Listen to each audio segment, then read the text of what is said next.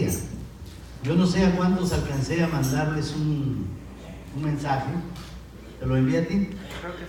De un niño que es ciego, atrofiado, y que tal vez esos niños que muchos miran y dicen, me salió defectuoso, no camina, no crece, y ¿qué puedo hacer con este niño? Y algunos, yo he escuchado personas que dicen, hubiera preferido que naciera muerto o cosas así, ¿verdad?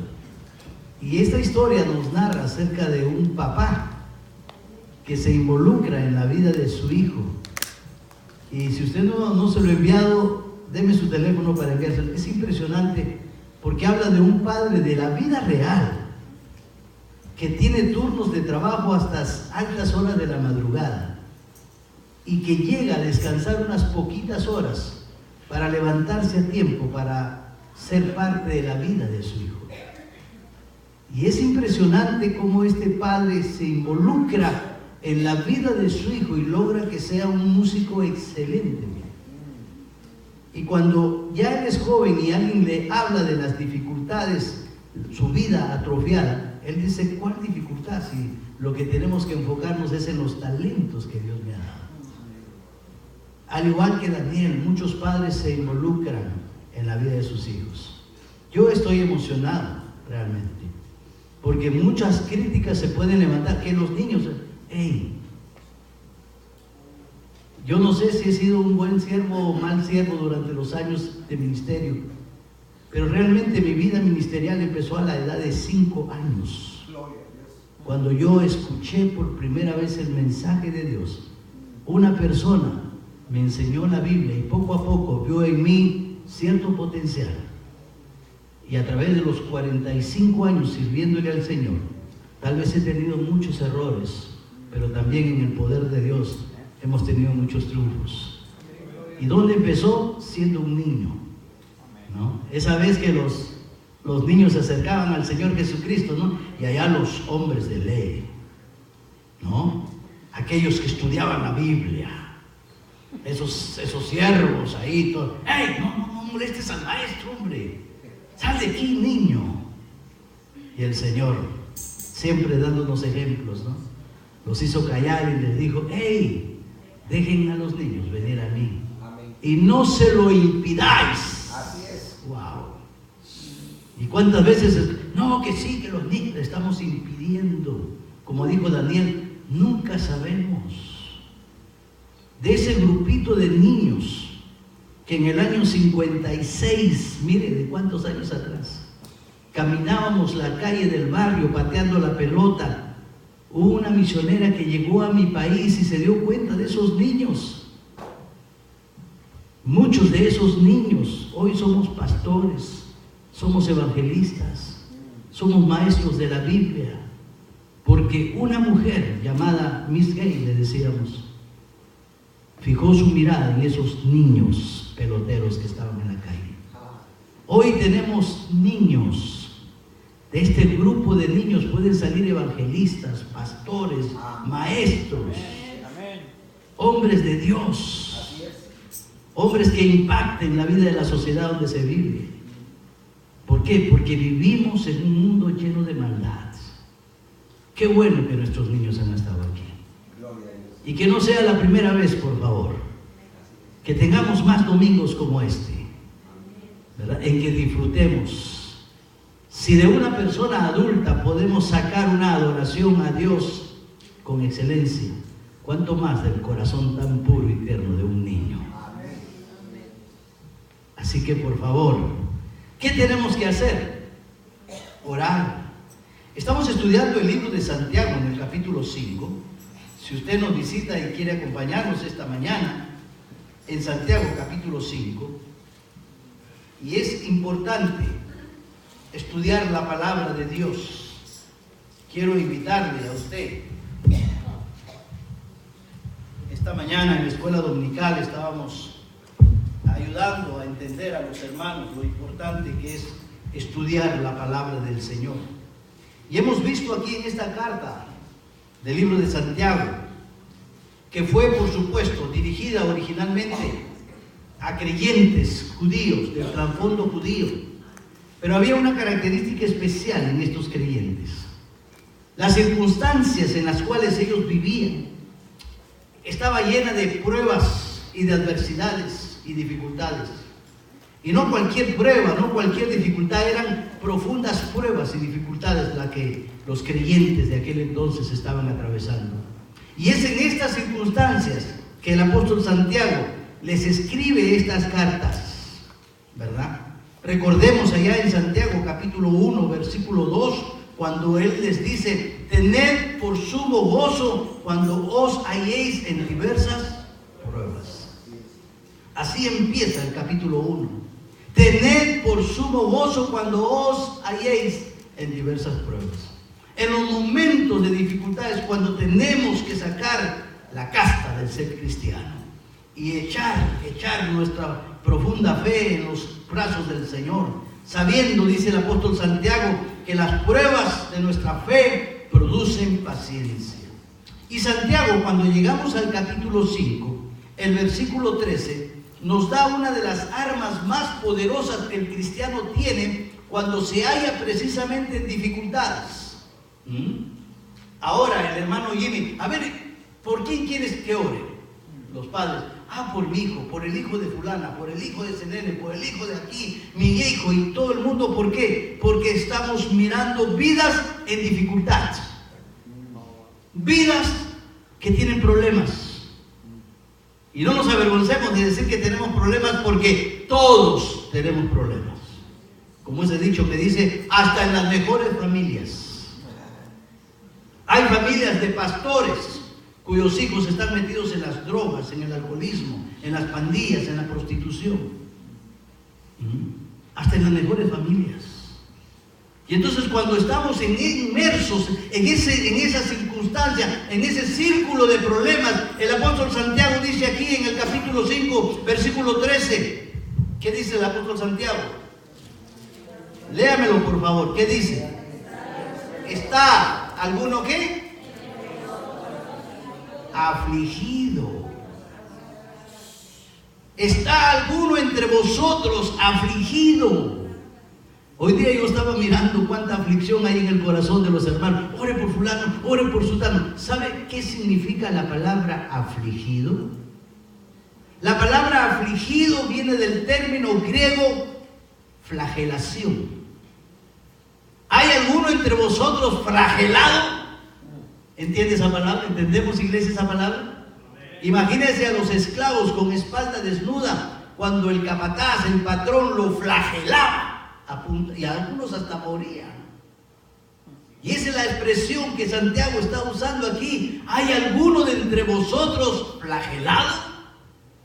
Las circunstancias son tan adversas, tan difíciles, que muchas veces nos sentimos que alguien nos está flagelando, lacerando las mismísimas espaldas. Y hoy día me pude dar cuenta de esas manos levantadas: ore por fulano, ore por sultano. ¿Saben por qué? Porque las familias están siendo flageladas por el diablo. Están flagelados. Y entonces Santiago nos da la primera arma potente que el cristiano tiene: la oración del creyente. ¿Hay alguno entre vosotros afligido? ¿Cuál es el resultado? ¿Cuál es el remedio? Haga oración. Haga oración. El apóstol Pablo en 1 Tesalonicenses dice: orad sin cesar.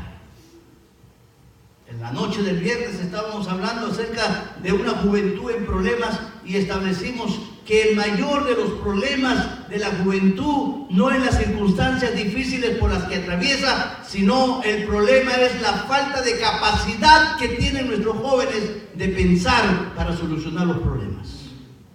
La falta de palabra en la vida de ellos. Y no nos quejemos después como padres cuando nuestros hijos comienzan a desviar su andar en su vida espiritual. Y muchas veces nos miramos al espejo y decimos: ¿qué hice malo? ¿Qué fue lo que hice? Yo tengo amigos pastores, viejos como yo. Y algunos me preguntan, dicen: ¿qué fue lo que hice, hermano? Mira a la familia y dice: wow, tus hijos están encaminados. ¿Qué fue lo que tú hiciste que yo no hice? La lucha es difícil. Yo creo que usted como padre, los que han tenido la oportunidad de mirar a sus niños aquí, dígame usted si no siente su corazón contento. Amén. Correcto. ¿Verdad que sí? Yo puedo tener la satisfacción, tengo mis hijos sirviendo al Señor, tengo mis nietos participando de la obra, tanto aquí como en mi país. Yo puedo cerrar mis ojos con tranquilidad, confiando en que ellos van a continuar el camino que yo como padre les enseñé. ¿Son imperfectos? Claro que sí, seres humanos, pero caminando con el Señor cada día. ¿Está alguno afligido? ¿Está alguno flagelado? A la oración. Y es triste porque esta es una exhortación de parte de Dios, aún sabiendo que no hay nadie excepto de la flagelación, no hay nadie excepto de la aflicción, pero sin embargo descuidan de una manera pero olímpica la oración. La descuidan como si no sirviera para nada, y es el arma más poderosa que como creyentes tenemos. Cuando el cristiano consecuente, sincero, verdadero, dobla sus rodillas, Satanás tiembla, créanmelo. Así es.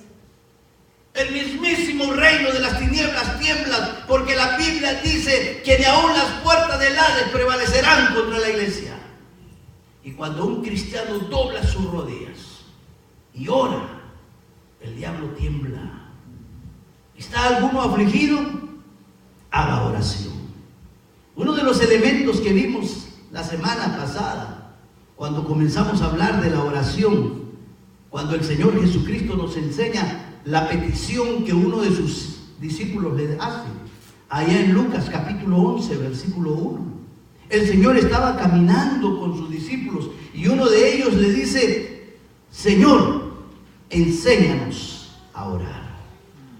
¿Quién le dice? Sus discípulos. Señor, enséñanos a orar. Y es interesante cómo el Señor comienza una enseñanza a sus discípulos. Y cuando empieza a enseñarles cómo orar, lo primero que destaca el Señor Jesucristo es un elemento importante: la confianza. Y entonces les dice: cuando ustedes entren a orar, comiencen diciendo esto: Padre nuestro. Wow. Y eso habla de una relación. Hemos aprendido por la palabra de Dios que en el mundo espiritual existen dos padres: nuestro Padre Celestial y Padre el Diablo. Y que muchos nacen, por decir todos, perdón, no muchos, todos, como seres humanos, cuando llegamos a este mundo, estamos entrando de plano a la familia del diablo. La Biblia dice: no hay justo ni aún uno. La Biblia dice: por cuanto todos pecaron y están destituidos de la gloria de Dios. Todos somos pecadores y todos empezamos la carrera en este mundo siendo parte de la familia del diablo, haciendo los deseos del diablo. Por eso Juan capítulo 8 versículo 44 dice: vosotros sois de vuestro padre el diablo, y los deseos de vuestro padre queréis hacer. Él es mentiroso y padre de mentira. Cuando habla mentira, de suyo habla, dice la palabra, porque él es mentiroso. El diablo es el papá espiritual de todo inconverso que no quiere reconocer a Jesucristo como su Señor y Salvador personal. Pero cuando uno viene a Cristo con un corazón rendido, arrepentido, dolido por causa de su pecado, reconociendo que es incapaz de adquirir la salvación por su propio medio, y reconoce el señorío de Cristo en su corazón, la Biblia dice en Juan capítulo 1 versículo 12: mas a todos los que le recibieron, a los que creen en su nombre, les dio potestad, les dio autoridad de ser hechos hijos de Dios. Y entonces pasamos en ese momento, por la misericordia y el amor de nuestro Dios, a ser parte de la familia de Dios. Ahora, como parte de la familia de Dios, como hijos de Dios, entonces ahora sí podemos tomar ese elemento de confianza y le podemos decir: Padre nuestro, porque es mi papá, porque es mi Padre, Padre nuestro. Dios compara esa paternidad con la paternidad humana.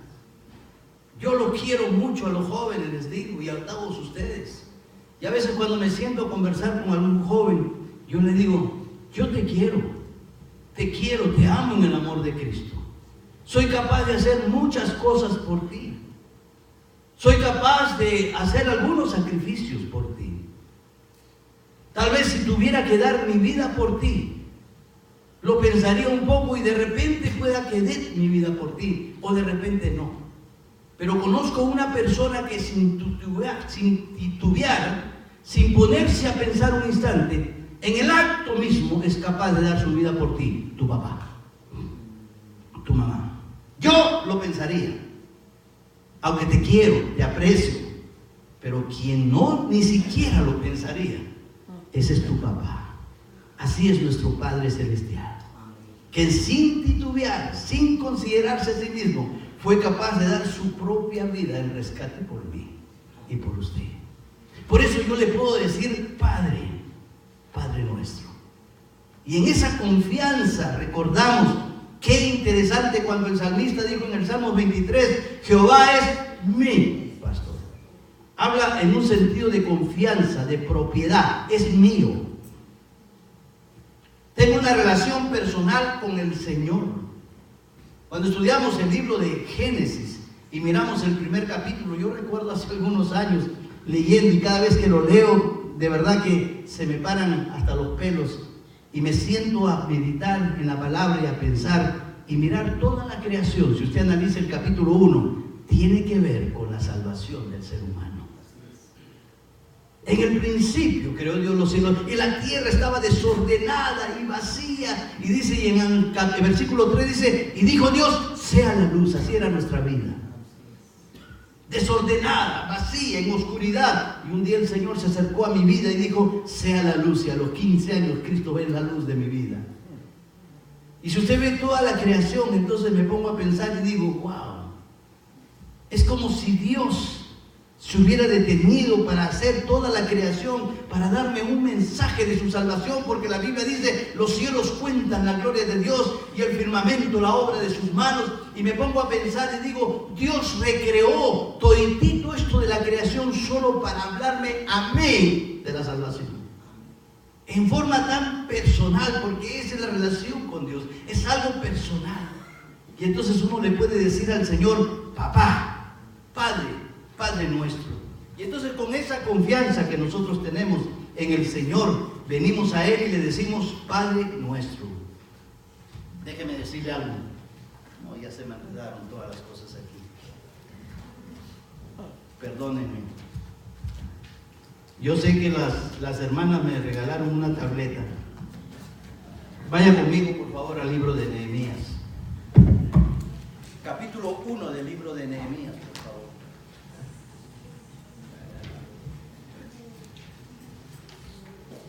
Santiago dice, ¿hay alguno que está pasando por aflicción? ¿Cuál es la recomendación? Haga oración. En el libro de Nehemías vamos a mirar el modelo de una oración en un momento precisamente de aflicción. A mí me gusta contar historias. Ya usted que me conoce sabe la razón por la cual yo cuento historias. Por ejemplo, yo miraba la película del zorro. ¿Cuántos han mirado la película del zorro? ¿Verdad? Y yo cuando era niño me ponía una mascarita, me hacía una capita y hacía una espadita de... ¿Quién no ha hecho eso, varones? Hacía su espadita y nos poníamos, ¿no? Y entonces nos identificábamos con el personaje. Y siempre solemos identificarnos con el personaje bueno, ¿verdad? Con el héroe de la película. Yo recuerdo cuando mirábamos Los demonios del Cash, y ahí mirábamos El enmascarado de plata, al Santos. Y entonces yo me acuerdo ahí en el barrio, usted tal vez lo ha hecho, nos hacíamos máscara, nos vestíamos como él, y teníamos un colchón allá en un terreno todo sucio ese colchón, pero ahí brincábamos, ese era nuestro ring, y ahí nos identificábamos con el héroe de nuestra película. Y esa es la razón por la cual contamos historias bíblicas, y usted tiene el trabajo de identificarse con el personaje. A veces nos identificamos con el personaje positivo, el bueno, pero también, si somos honestos, nos tenemos que identificar con el personaje malo. Y qué bueno que podemos identificarnos con el personaje malo. ¿Sabe para qué? Con el propósito de enmendar nuestra vida. Y decir, yo ya no quiero parecerme al personaje malo de esta historia, quiero parecerme al personaje bueno de esta historia.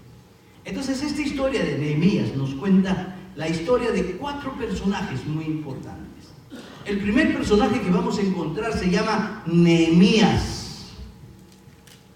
Y el nombre Nehemías significa consolado de Jehová. ¿Cómo significa Nehemías? ¿Qué significa? Consolado de Jehová. ¿Está alguno entre vosotros afligido? ¿Qué dice?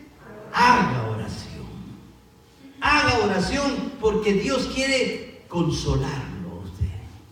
Y Nehemías se ve en un momento de dificultad, en un momento de aflicción, está azotado él y su pueblo por el mismísimo diablo. Entonces, exactamente, si quiere el consuelo de Dios, comienza a orar. Así que el primer personaje es Nehemías. El segundo personaje que vamos a mirar se llama Ananí.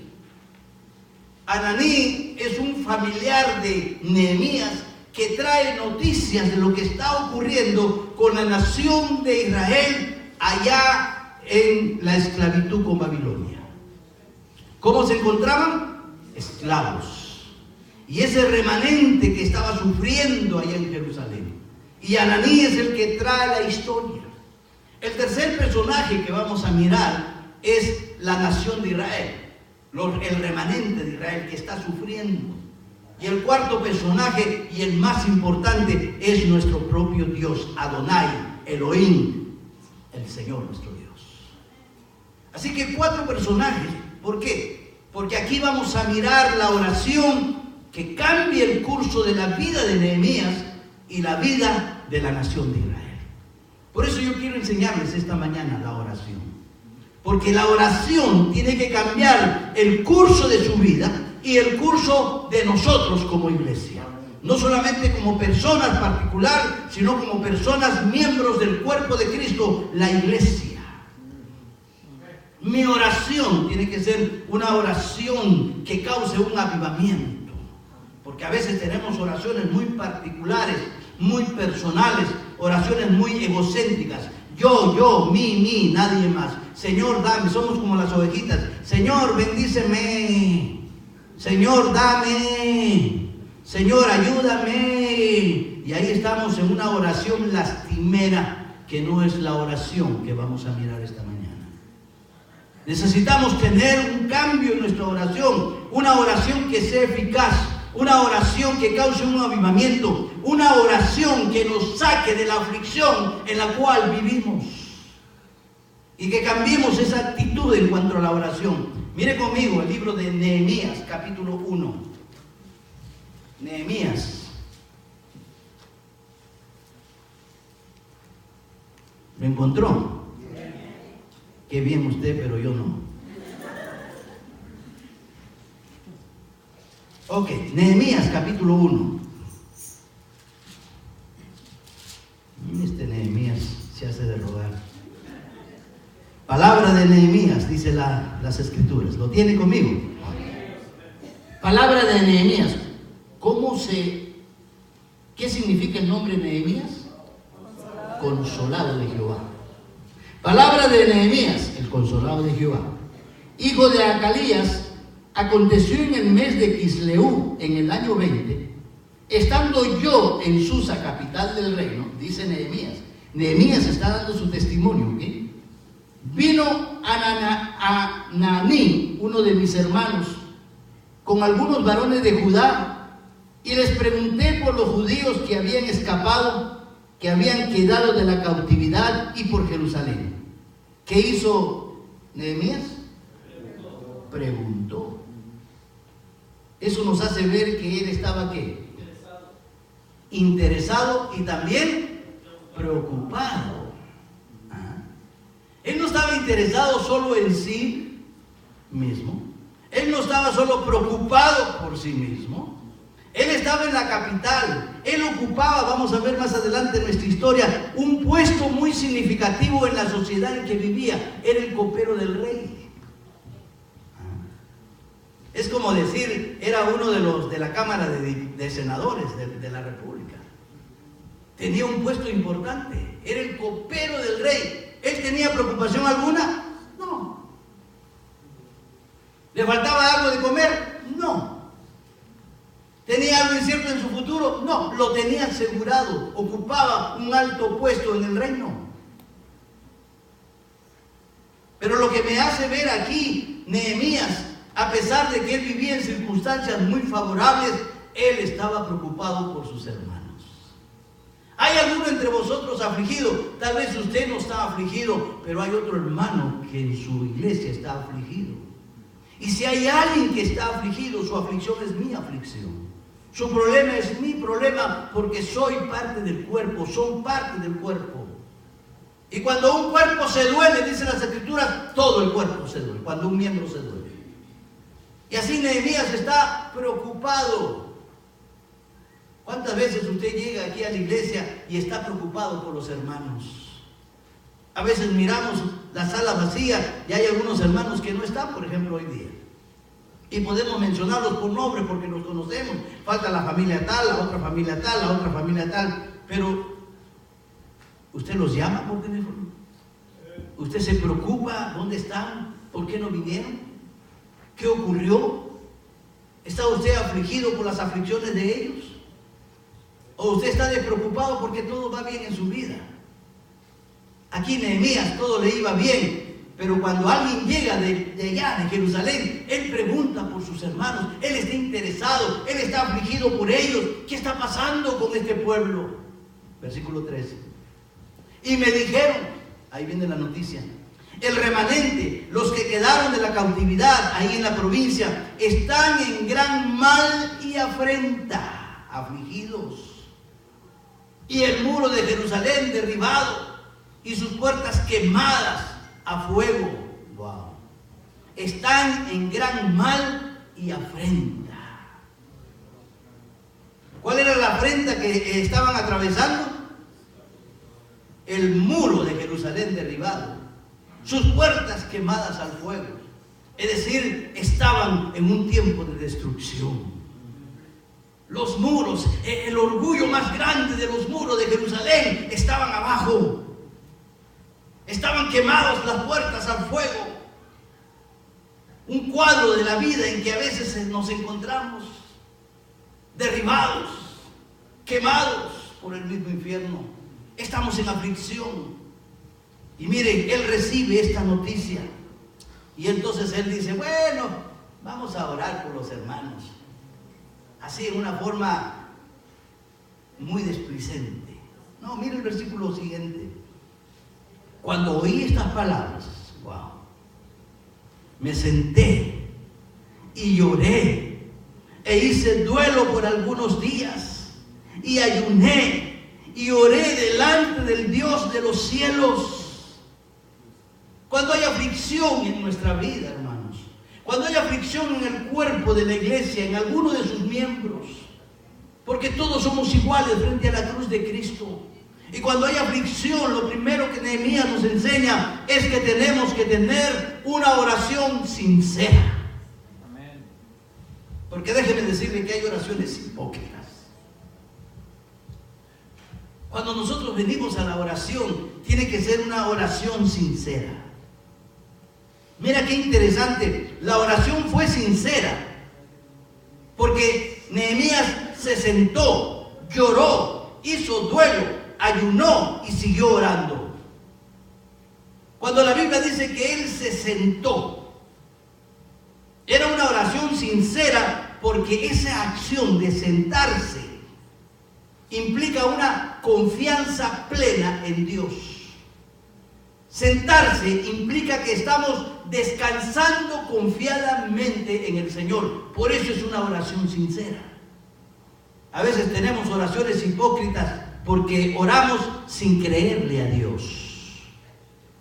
Oramos sin confiar en Dios. Nehemías se sentó y a veces decimos, y esta posición de estar sentado está descansando en el Señor. Está descansando, confiando en el Señor en medio de la tribulación. Es decir, hay dificultad, pero no está atormentado. ¿Sí me explico, iglesia? Está descansando, confiando en el Señor. Yo tengo que ser sincero delante del Señor. Yo le voy a creer a Dios. Y por eso puedo descansar en Él. No una oración hipócrita para que todo el mundo me escuche y que diga, oh, qué espiritual el pastor. No, una oración tan sincera como que estoy descansando y confiando en Dios. En el libro de Job tenemos un ejemplo tremendo. Mire el capítulo 2 del libro de Job, el versículo 8. Dice ahí Job, y tomaba Job un tiesto para rascarse con él. Ya sabe lo que había ocurrido con Job. Sus hijos se murieron. Su ganado se murió, sus propiedades se derrumbaron, su salud se vino a menos, todo el cuerpo estaba lleno de sarna. ¿Y qué estaba haciendo Job? Caminando, desesperado, afligido, de un lado a otro. Ay, ¿cómo lo voy a hacer? Voy a pedir a la iglesia que ore por mí, y ahí está. No, dice la palabra del Señor que él agarra un tiesto para rascarse toda su sarna, y dice, y estaba sentado en medio de las cenizas. ¿Cómo estaba Job? Sentado en medio de las circunstancias adversas.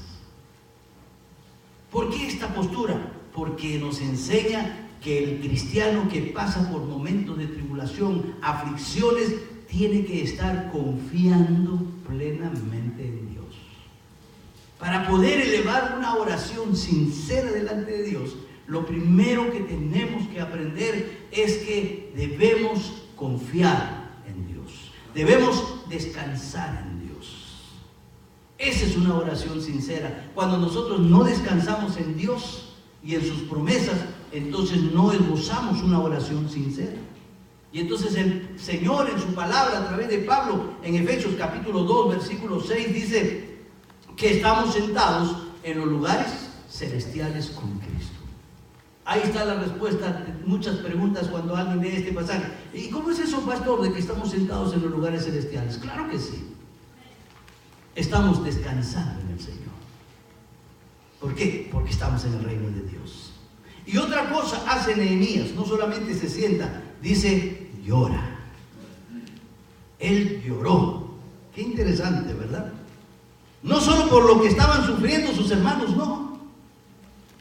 Sino que él llora porque entiende que lo que está ocurriendo es producto de la consecuencia por el pecado de la nación de Israel. Y entonces él llora amargamente, se duele por el pecado, al igual que Pedro. ¿Recuerdan a Pedro cuando niega al Señor? Ese pecado de negarle al Señor, enseguida él comienza, dice, sale y llora amargamente. Se duele porque le falló al Señor, se duele por su pecado. Qué triste cuando el creyente, siendo pecador, no reconoce que está pecando. Y a veces queremos observar la Santa Cena y tomamos un tiempo y ¿sabe? Algunos hermanos no toman la Santa Cena. Y cuando yo les digo, hermano, ¿qué está pasando? Porque ese es el momento de la comunión con el Señor. Pero para entrar en ese campo de la comunión tenemos que limpiar nuestro corazón. Y sabe que me dicen, pastor, es que yo soy bien sincero con Dios, estoy en pecado. Pero se trata precisamente de pedirle perdón a Dios. No es para que usted se sienta tan espiritual y decir, no tomo la Santa Cena porque soy tan espiritual y reconozco que soy pecador. No. Él llora porque le duele el pecado. Bienaventurados los que lloran, dijo en el Sermón del Monte el Señor Jesucristo, porque ellos serán consolados. ¿Llora de qué? Del dolor por haber pecado. ¿A usted no le causa tristeza fallarle a Dios? ¿A usted no le duele el corazón cuando le falla a Dios? ¿A usted o usted es libre de todas esas emociones y sentimientos? Si le ha salido una coraza y peca de una manera que no causa que usted llore por causa de ese pecado y le duela, algo está pasando en su vida espiritual. Pero el verdadero creyente llora por causa del pecado. Y Nehemías llora. Y llora recordando que su nación querida está pasando por momentos de dificultad, está en afrenta, los muros han caído, las puertas están quemadas, está pasando aflicción, y todo eso es consecuencia, producto del pecado en sus corazones. Y muchas veces tenemos que reconocer, hermano, que pasamos aflicciones en la vida por causa de nuestros pecados. En el libro de Primera de Corintios, hablando de la Santa Cena, el Señor dice, por esta razón hay muchos enfermos y debilitados. Por esta razón muchos duermen. Por esa razón, por causa del pecado, el Señor aún tiene que quitarnos la vida para no seguir arrastrando su nombre en una forma sucia aquí en la tierra. Nehemías se sienta, Nehemías llora amargamente, se duele. ¿Por qué? Porque es una oración sincera la que él tiene. Sufre por sus hermanos, sufre porque él entiende las consecuencias del pecado. Igual que Pedro llora, dice, y no lloró, lloró así nada más. Dice la Biblia en Mateo capítulo 26, versículo 75, que Pedro lloró amargamente. Es decir, un llanto, pero que le dolía, que le amargaba amargamente. Fue una oración sincera porque clamó íntimamente a Jehová. Este versículo dice, oré delante de Dios. No oró delante de los hombres. Hay algunos que les gusta orar delante de los hombres. ¿Has visto esos?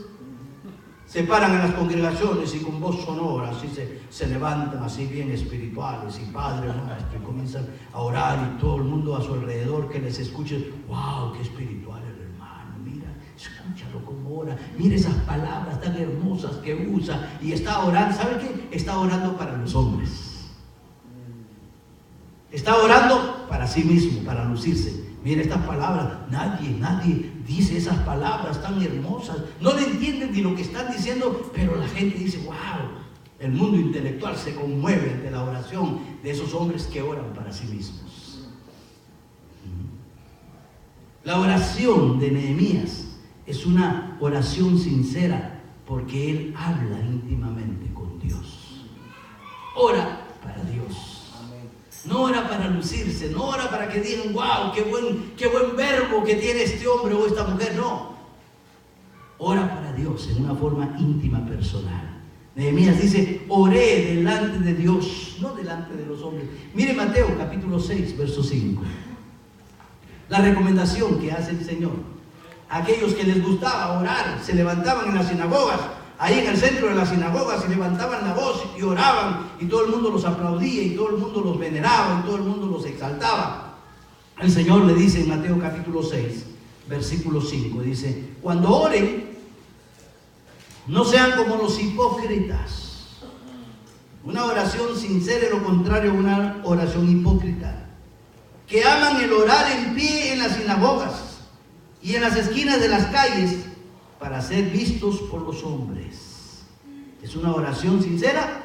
No. La oración sincera se hace a Dios, delante de Dios, no delante de los hombres. Vistos por los hombres, les aseguro que ya tienen su recompensa. Pero tú, sigue diciendo el Señor, cuando ores esa oración sincera, entra en tu cuarto y cerrada la puerta, ora a tu Padre que está en secreto. Y tu Padre que ve en lo secreto te recompensará en público. Y al orar no uses inútiles repeticiones como los gentiles que piensan que serán oídos por sus palabrerías. Dios desea que nuestra oración sea una oración sincera. Mire Romanos capítulo 8, verso 26. Una oración en el Espíritu. Una oración honesta. Y Pablo en Romanos 8:26 dice, y de igual manera, el Espíritu nos ayuda en nuestra debilidad. Pregunta, pues ¿qué hemos de pedir como conviene? No lo sabemos. Pero el Espíritu mismo intercede por nosotros con gemidos indecibles. Mas el que escudriña los corazones sabe cuál es la intención del Espíritu, porque conforme a la voluntad de Dios, intercede por los santos. Nuestra oración sincera tiene que ser a Dios y conforme a la voluntad de Dios, conforme a los principios de Dios, conforme a los planes de Dios. Es una oración sincera porque fue una oración perseverante, porque la Biblia dice, oré por algunos días. Y si usted sigue la secuencia de la cronología bíblica, desde ese momento hasta que él se presenta delante del rey a pedirle la bendición del rey, han pasado 4 meses. 4 meses. ¿Cuántos meses oró Nehemías? 4 meses.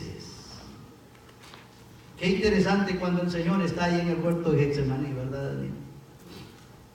Va con sus discípulos, con la crema innata de los discípulos. Ahí va con el pastor Piscoya, ahí va con el hermano Jimmy, ahí va con Cuevas, ¿no? Ahí va con Héctor, con Pedro, los oradores, ¿verdad? Y allá van Nava, y ahí van las, bueno, eran hombres. Y les dice, quédense aquí, y nos dejó ahí, ¿verdad? Dice, yo voy un poquito más allá a orar. Al cabo de una hora, Cristo viene. Apenas había pasado una hora. Y encuentra al pastor Piscoya, encuentra a Nava, a Jimmy. ¿Qué estaban haciendo estos bandidos? Durmiendo. Y el Señor dice, ¿no habéis podido velar conmigo una hora? Hermanos, el miércoles vamos a la oración. Ay, pero ahí estar allá una hora y luego escuchar al pastor. No, como que yo oro aquí nomás. No hay una oración sincera. ¿Cuándo es la oración sincera? Cuando es una oración perseverante. Amén. Y luego se va el Señor, le dice, ok, les voy a dar una chancita. Ahí hay una enseñanza.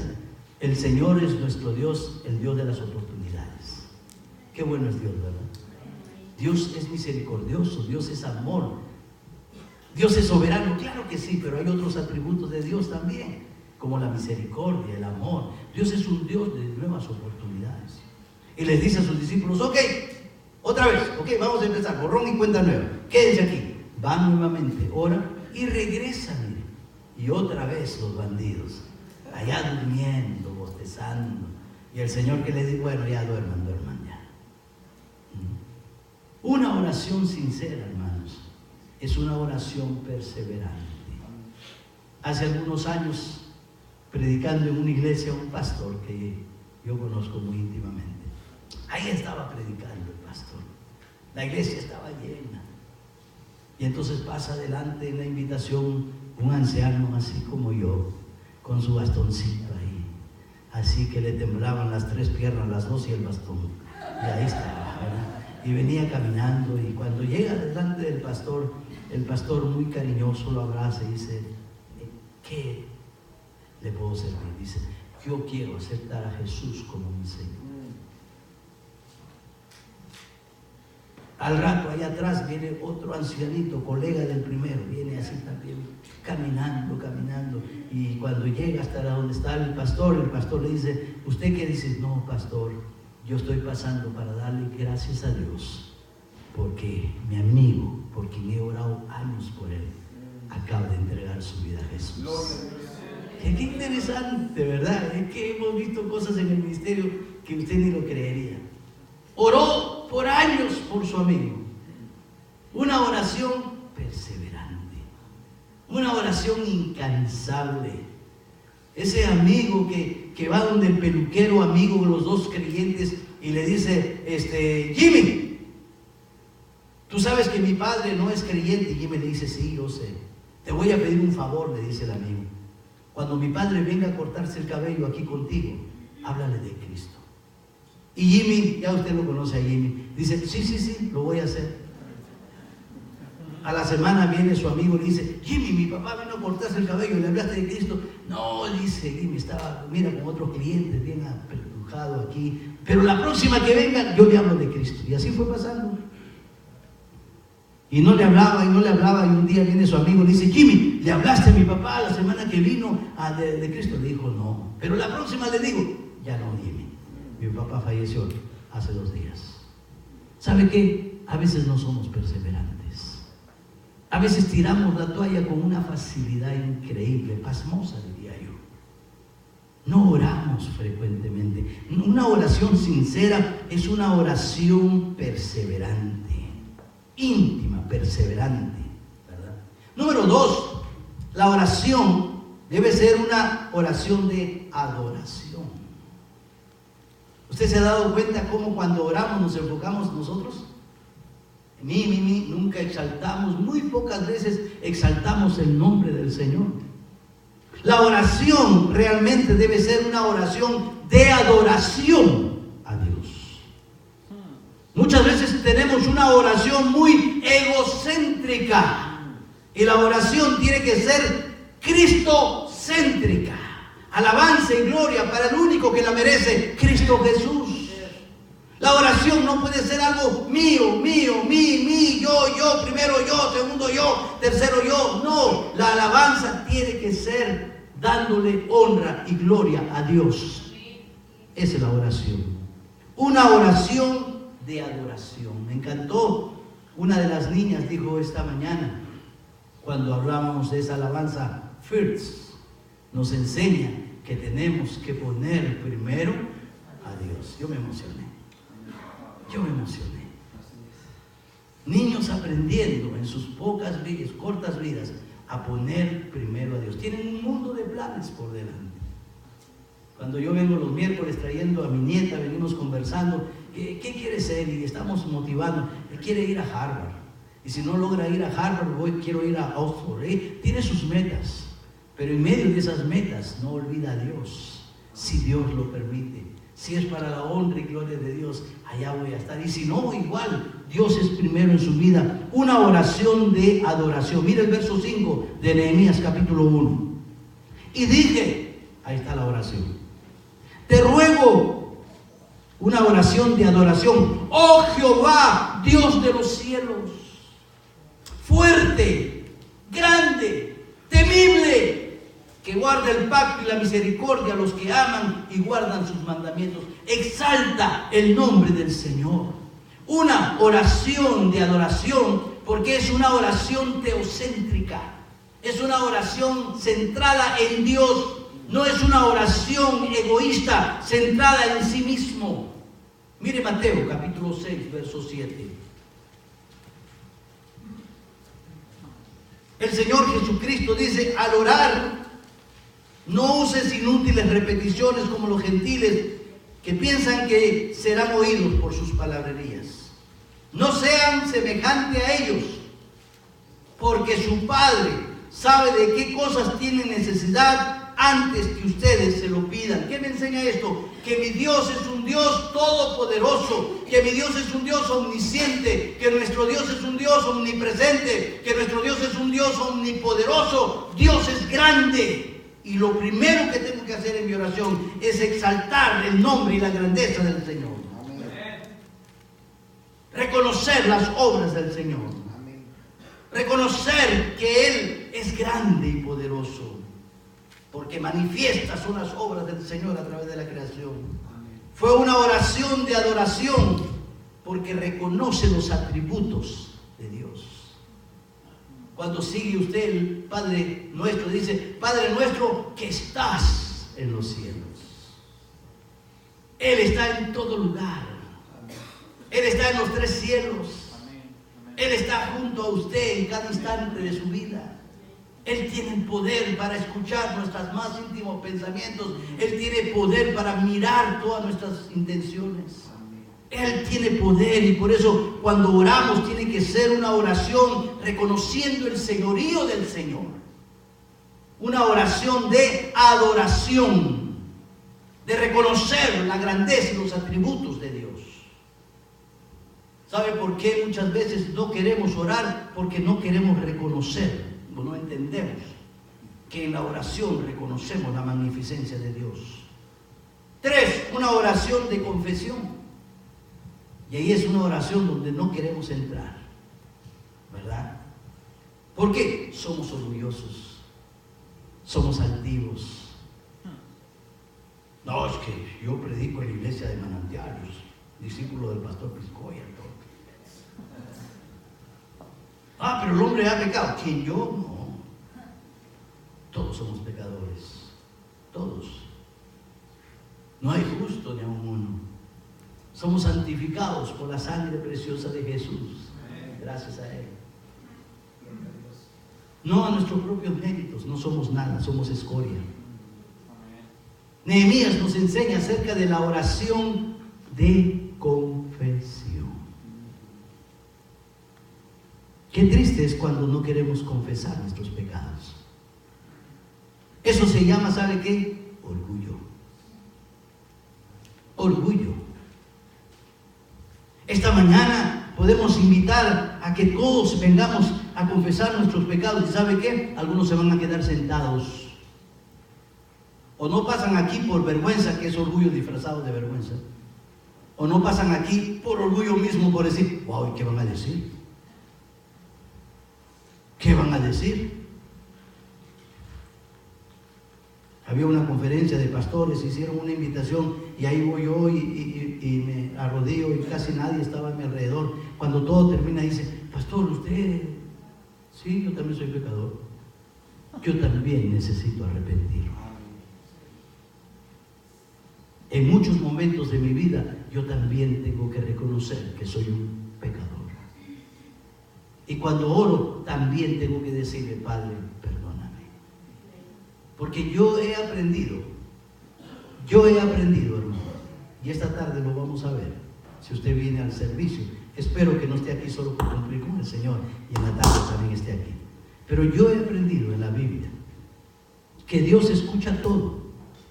Él oye mi oración. Pastor, pero si usted está en pecado, Él oye, claro, Él oye, Él es Dios. Él lo escucha.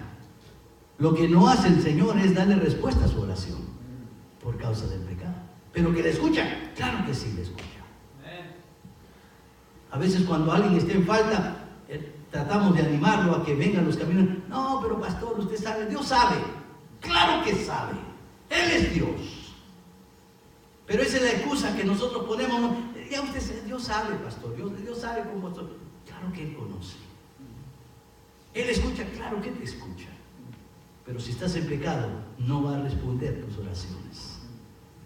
Miren, esta tarde lo invito aquí a las 5 de la tarde. Una oración de confesión. Miren el versículo 6.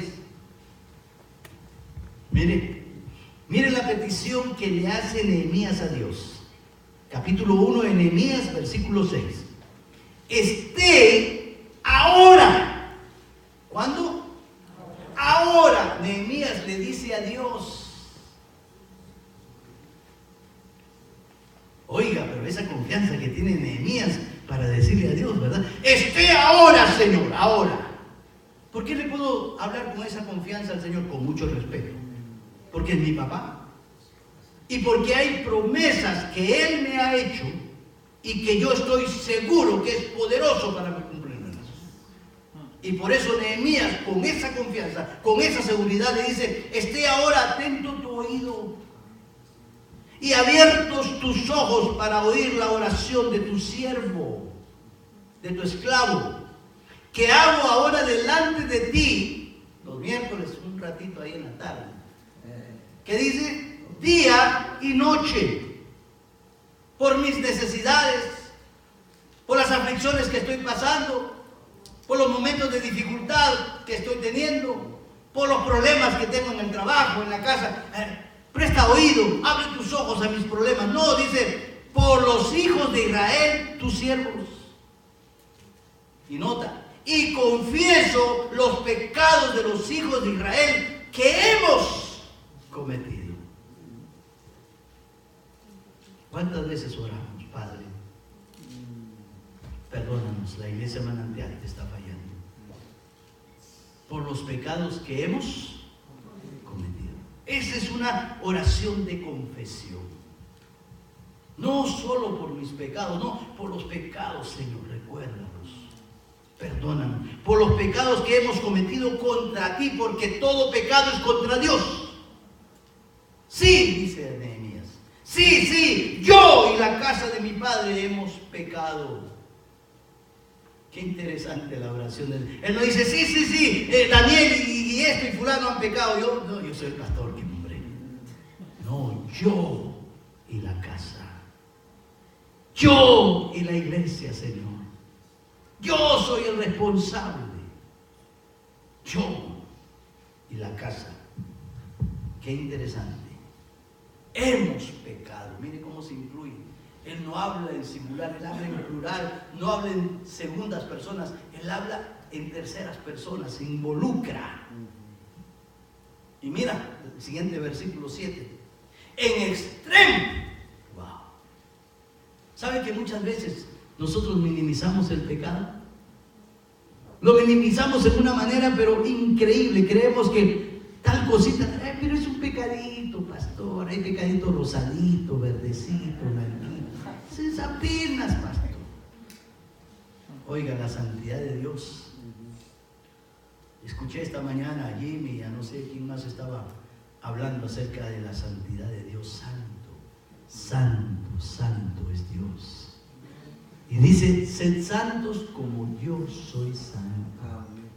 Cualquier pecadito, por pequeño que sea, delante de la grandeza y santidad de Dios, es un pecado en extremo. Y Nehemías está diciendo aquí, mire, que dice, en extremo nos hemos corrompido contra ti. Y no hemos guardado los mandamientos, estatutos y preceptos que diste a Moisés tu siervo. ¿Cuántas veces rompemos los principios de Dios? Una oración de confesión, porque Nehemías confiesa sus propios pecados. Mire el Salmos capítulo 51. El salmista, escogido de Dios, el rey David. Mire qué interesante, un rey conforme al corazón de Dios. Él peca. Y el Salmo 51 es su declaración y su arrepentimiento. Salmo 51:3 dice, porque yo reconozco mis rebeliones, dice David. ¿Cuántos quieren reconocer sus rebeliones esta mañana? Yo reconozco, Señor, mis rebeliones. Y mi pecado está siempre delante de mí. O sea, ¿qué está diciendo? Yo conozco mi pecado. Es una oración sincera. Yo reconozco, lo tengo aquí frente a mí. Es parte de mi vida.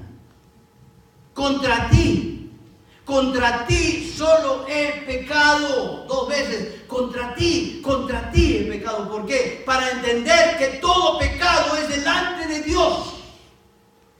Cuando usted peca, cuando yo peco, pecamos delante de la santidad de Dios y he hecho lo malo delante de tus ojos, para que sea reconocido justo en tu palabra y tenido por puro en tu juicio.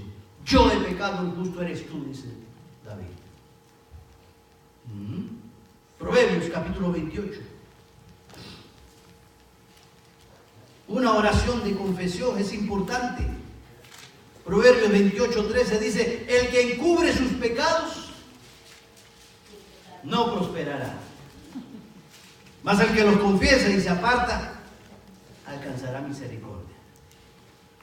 Y algunos dirán, no, esa es mentira, pastor. Esa es mentira. Porque yo vivo en pecado y estoy próspero. Es cierto. Es cierto. La Biblia dice que Él reprende y castiga a sus hijos. Y si usted está pecando y el Señor no lo toca, ¿qué dice Hebreos? Es porque no es vivo, es un bastardo. Pero un día le tocará su juicio. El juicio de Dios empieza por casa. El que encubre sus pecados no prospera. Y no habla de la prosperidad económica, cuidado, hermanos. La verdadera prosperidad en la Biblia es prosperidad espiritual. Si usted ve esos hermanos decaídos, flojos en el Evangelio, porque la Biblia dice que el que encubre su pecado no prospera. Ahí va, en ese círculo vicioso, vienen de vez en cuando, a veces no vienen, no sirve al Señor, no tiene anhelo de leer la Biblia, no tiene pasión por Cristo, no le importa, ahí viene por cumplir una vez al mes y ya vamos, cuidado. Es una oración de confesión, porque confiesa los pecados del pueblo. Nehemías no tiene pelos en la lengua. Él comienza a mencionar el pecado. Es importante. Muchas veces tratamos de minimizar los pecados. Muchas veces tratamos de disfrazar los pecados. ¿Sabe que muchas personas pasaron por nuestra iglesia? Y una de ellas una vez me dijo, pastor, yo aprecio a usted y a su esposa y me encanta cómo son ustedes, bien abiertos, bien querendones y etcétera, pero el pastor, cuando usted sube ahí al púlpito y habla del pecado, ay, yo me siento. Mientras yo esté aquí vamos a hablar contra el pecado. Porque yo no he venido a agradarlo a usted, yo agrado a mi Dios. Amén. Y mi Dios es un Dios santo. Amén. Un Dios que no tolera el pecado de nadie. ¿No? Entonces eso es importante. Una oración de confesión porque confesamos nuestros pecados. Fue una oración de confesión porque Nehemías expresa un verdadero arrepentimiento. Dios no perdona excusas. Dios perdona el pecado confesado. A veces tratamos de excusarnos con Dios. Cuidado, no nos atrevamos a jugar con Dios.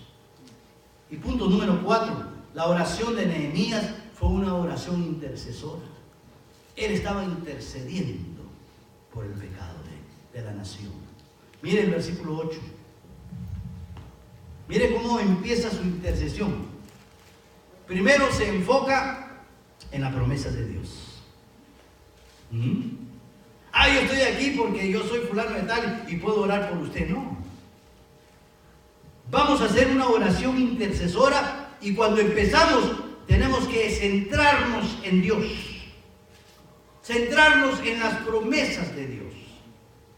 Yo no puedo hacer una oración intercesora si no recuerdo lo que Dios me ha prometido. Dios ha prometido sanarnos, Dios ha prometido protegernos. Acuérdate ahora de la palabra que diste a Moisés, tu siervo, diciendo: si vosotros pecareis, yo os dispersaré por los pueblos. Él está recordando su pecado y las consecuencias de lo que está pasando producto del pecado. Por eso estaban esparcidos.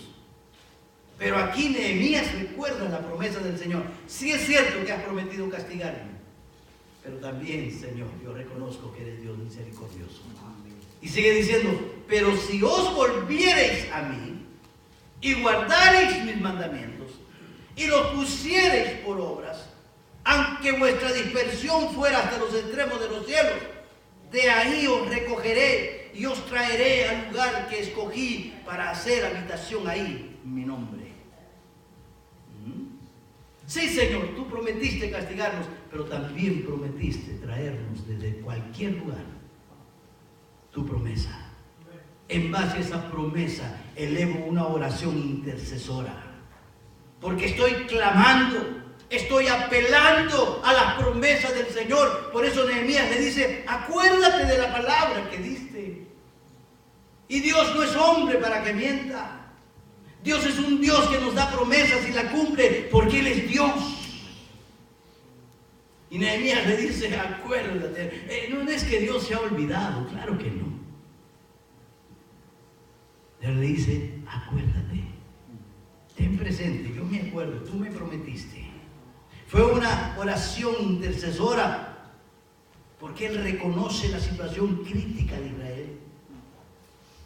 Es intercesora porque Él está reconociendo que el cumplimiento del juicio de Dios es a causa del pecado de la nación.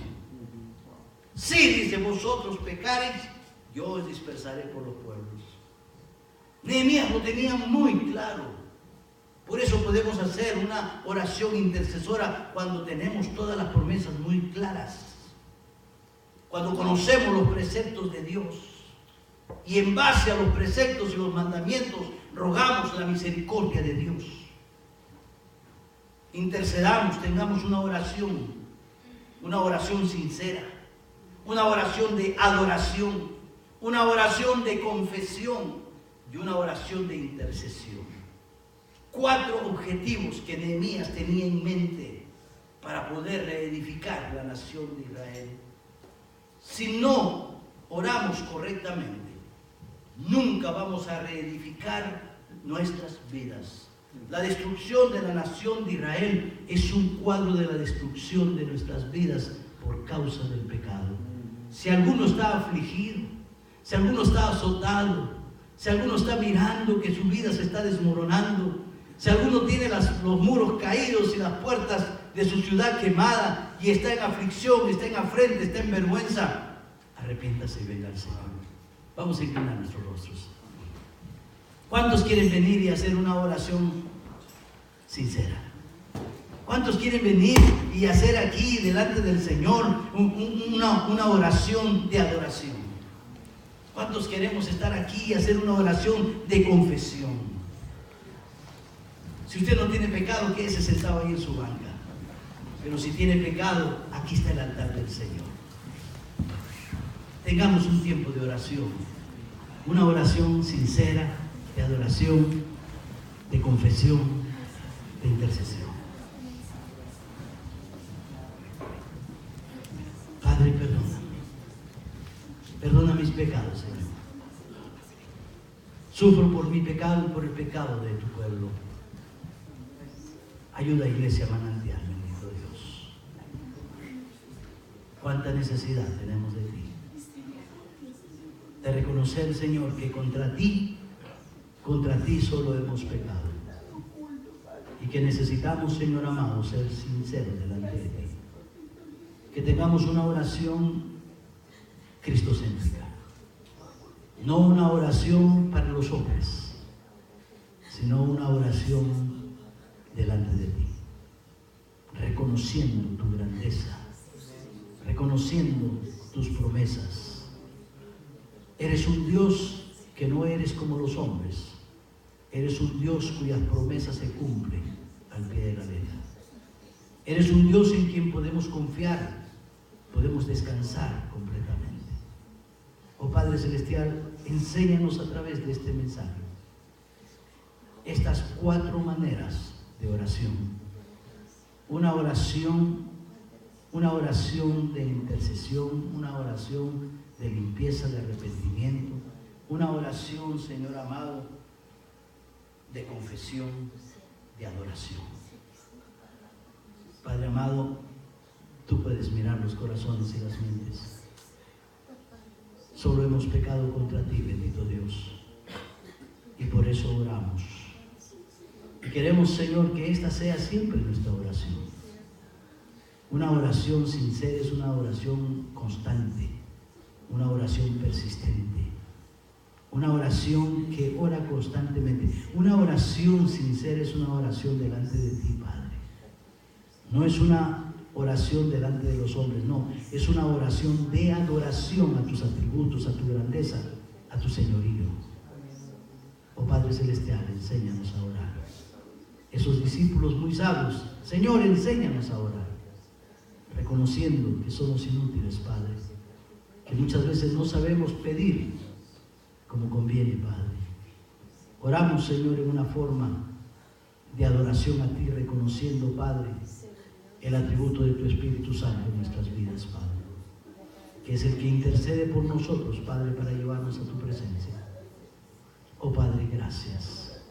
Perdona nuestros pecados. Perdona, Señor, las faltas que cometemos, a veces en pensamientos, a veces en obras, a veces en palabras, a veces en intenciones malévolas, Padre. Perdónanos en cada instante, Señor. Siempre te fallamos, Padre amado. Siempre te fallamos, pero gracias por la oración, el ministerio de la oración, Padre. Si hay alguno afligido, si hay alguno que está pasando problemas, Señor, haga oración. Tan sencillas palabras, Señor, pero al mismo tiempo una verdad pero tan profunda, Padre. Señor, que hagamos oración y nos dolamos como Nehemías. Él dice, y lloré por mi pecado, lloré por el pecado de mi nación. Me dolió, Padre, haberte ofendido, porque todo pecado es contra ti, Señor amado. Mi corazón sufre cuando te fallo, Padre Celestial. Perdóname. Oh bendito Dios, te pido bendición especial por la iglesia de Manantial. Y gracias por los años que nos has mantenido aquí, Señor, a través de este tiempo. Y Señor, bendice cada familia, cada hermano que está aquí, cada hermano que no pudo venir, algunos de viaje, otros por enfermedad u otros por el trabajo, Padre. Pero cualquiera sea la razón, donde quiera que estén, Señor, pedimos bendición para ellos. Te lo suplicamos, dándote las gracias en el nombre y los méritos de Jesús. Amén, Señor. Amén. Hermanos, Dios los bendiga.